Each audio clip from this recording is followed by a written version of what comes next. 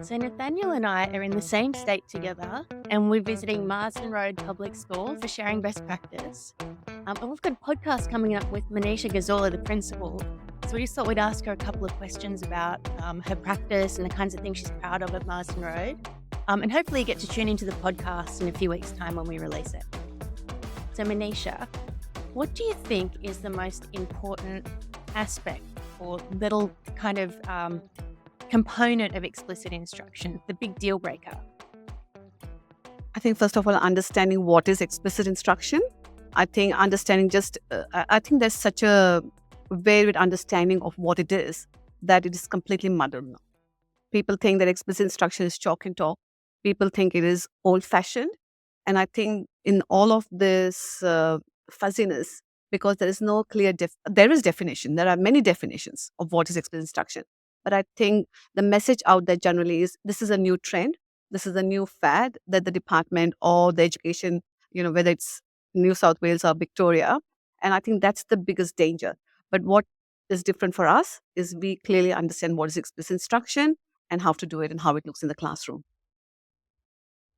So for people catching this brief promo, what's the biggest thing that people visiting your school take away about their understanding of what explicit instruction looks like in the classroom?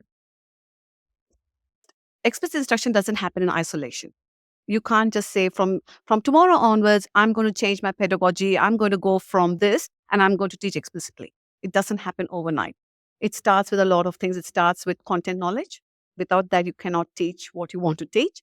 Number two, it also starts with understanding what the structures are in place. And then thirdly, of course, having a good understanding of how explicit instruction looks in my writing lesson. How does it look in my maths lesson? How does it look in my reading lesson? And I think when visitors come to our school, we specifically ask them, what are you coming to watch? Are you coming here to observe our structures? Because if I have to put down three things as to what really happens in a successful school, it is good pedagogy that is backed by science, teacher knowledge, that is professional learning, and systems and structures, which is operating systems in the school. They all have to come together to run the school successfully. If you're coming and saying, I'm going to go there and find the magic bullet, it's not going to happen. You have to put in so many things in place and it has to happen simultaneously, but it will happen if you do it slowly and you do it properly and take your time doing it, because understanding it and then implementing it is what will get you. So many people come for different things. Some will take away how we teach explicitly. Some will take away our structures. Some will take away the way the students behave. But it's not. But you take away one thing, it's not going to work. You've got to take away the whole thing. We are super excited to have you on the show that's coming up. And we look forward to hearing more about it and seeing some of your amazing classroom practice here at Marsden Road. Thanks, Manisha.